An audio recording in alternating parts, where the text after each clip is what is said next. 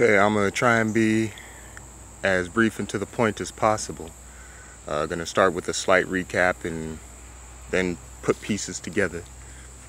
But basically, prior to World War II, the KKK had already figured out the formula for running the country: take over the judicial branch and the legislative branch, and then from there the executive branch is your puppet.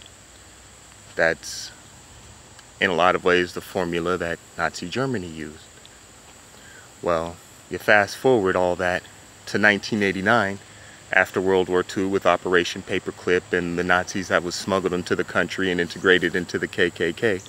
All of a sudden you have generations later where, when you look at the reality of how both groups behave concerning other ethnicities, they have plethoras of children out there that don't fit the race requirements to advance within their organizations.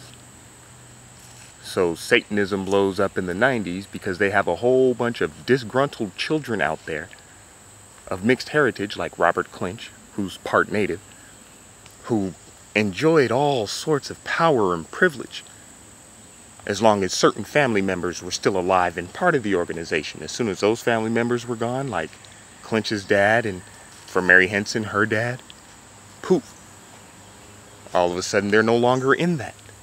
They still have connections, but they can't rise. Then you throw in there things like, take the Boeing Corporation with national security clearances. Corporations that have been empowered to do things like run their own investigations on a federal level with federal support, without necessarily having to give details to the truly federal people working with them, like, say, the FBI. And all of a sudden you have countries within countries. Eisenhower talked about how the military-industrial complex was taking over the country. You look at the reality of mind control project technology in the fence-free concentration camp.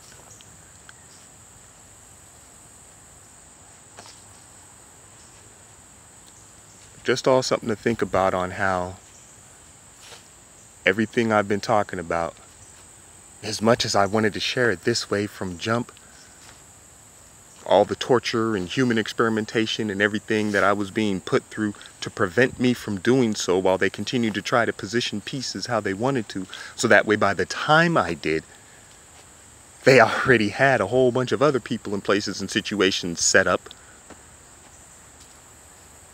Still, it's good to know. May the blessings of the Lord be upon you in Jesus' name. I love you, human fam.